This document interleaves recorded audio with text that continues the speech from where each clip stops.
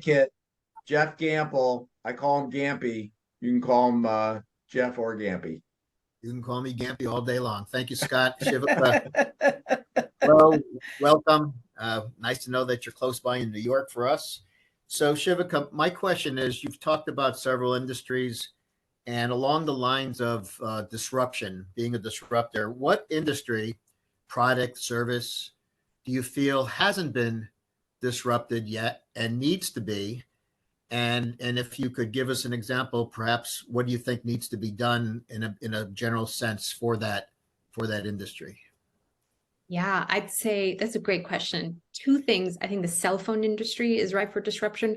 When technologists study the disruption cycle, it tends to be on a 10 to 15 year basis, which means that the smartphone, really the iPhone now at any point is due for disruption. I think we're starting to see that with not virtual reality, but augmented reality. iOS vision is a great example of computing basically becoming 3D and into the sort of real dimensional world.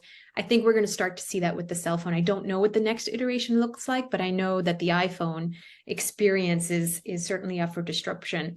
I think the big piece is also going to be I think AI, I see, Thomas, you've said that. Yeah. So I think AI is going to completely disrupt every industry and basically every job. I think the large language learning models that we're seeing right now, whether it's, ChatGPT and so forth, they're just sort of disrupting content, but that's just the beginning. We're going to have machine learning, algorithmic based decisions available to anyone within seconds, where you input your information and you get, here's the probability outcomes. That's going to be the next level of AI disruption. And that's scary because when you think about human thinking and decisioning, it's going to completely disrupt how we do that.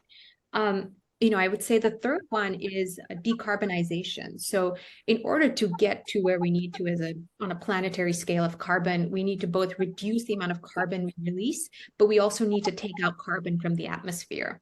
And so we're starting to see a brand new space essentially being created, whether there's companies taking carbon and turning it into diamonds. I've seen carbon removal technologies at the ocean level. I think that's going to be a piece of technology that becomes mainstream over the next 10 to 15 years. And these are going to be the new investments that we're all going to want to get in on in the next wave of venture capital. That's great. Thank you very much. Thank you. Awesome.